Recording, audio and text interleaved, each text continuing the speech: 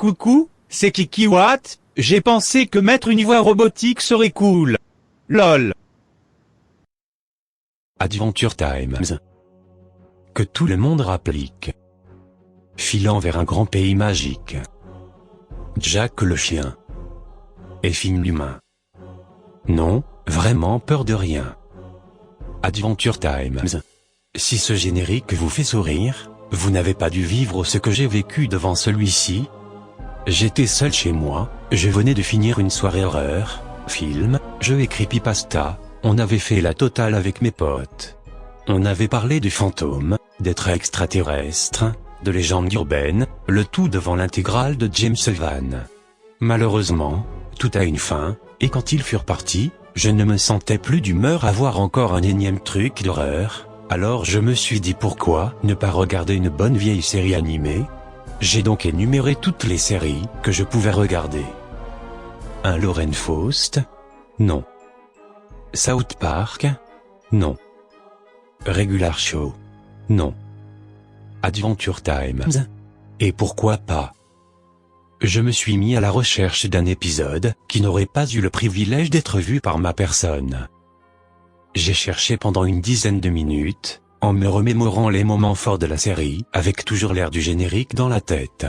J'ai toujours adoré cette parodie de Donjons et Dragons, l'univers était classe et les personnages attachants. J'avais moi-même mon perso préféré, la jeune vampire, Marceline. Enfin, j'avais enfin trouvé un épisode, bon, en VO non sous-titré. J'ai toujours préféré la VF pour cette série, mais un nouvel épisode quand même. Son nom, j'ai dû l'oublier mais je crois que c'était un Adventure Times Fever Suicide ou Film.exe, ou un truc dans le genre, mon esprit n'est plus le même depuis ce moment. En téléchargeant l'épisode, je pris un bâton d'encens qui reposait auprès du vase du salon, l'allumai et le mis sur sa base. L'odeur de ma soirée, un mélange de bière et de chips bon marché, devenait pratiquement insoutenable. Je transférais l'épisode de mon ordinateur à ma télé et l'épisode commença. Le générique était normal, tout à fait normal et pareil pour le début, on suivait les tribulations de Jack et de Marceline. Et là, une fumée vint envahir la salle. Qu'est-ce que c'est? Dans l'épisode, la silhouette de Finn se fit voir à travers une fenêtre. Jack et Marceline voulurent lui dire salut, mais le héros sortit un bras de la fenêtre et égorgea Jack avec un bout de cette dernière. On le vit se vider de son sang pendant de longues minutes. De la fumée envahit encore plus la pièce. Marceline se mit à courir, mais une main la prit par le bras. Cette même main vint lui attacher les siennes dans le dos, Finn la mit alors à genoux, il approcha une main de son pantalon, il n'allait pas, il ne pouvait pas, c'est une série pour gosses putain. Quand j'ai voulu prendre la télécommande sur la banquette, putain, il me regardait le con. Il me suivait du regard, je sursautais d'un seul coup avant de voir que... Oh mon Dieu! Son chapeau, son sac, on aurait dit qu'ils étaient réels putain, réels. Cette fumée était de plus en plus odorante.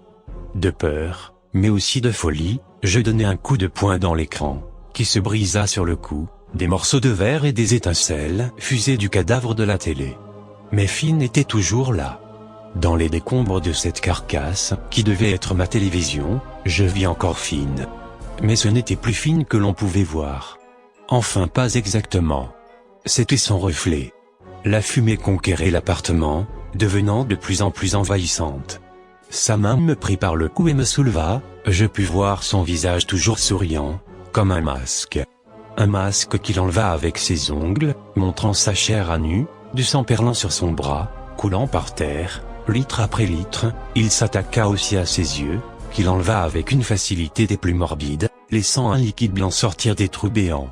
Mais après plusieurs cris de douleur, il me jeta sur la table basse, la cassant net sur le cou en même temps que mon dos, et prit sa tête nue de toute chair, excepté celle qui pendait, et il commença à tirer sur sa propre tête, la faisant craquer, ses mains cartonnesques autour de son cou, se griffant avec des mouvements impatients, similaires à ceux d'un homme essayant de se libérer ou d'échapper aux mâchoires d'un prédateur.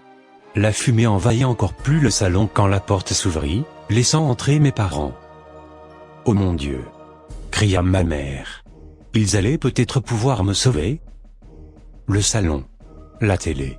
Je n'eus même pas le temps de répondre à cette phrase, que mon père s'approcha de moi, prit le bâton d'encens dans une main et mon cou dans l'autre.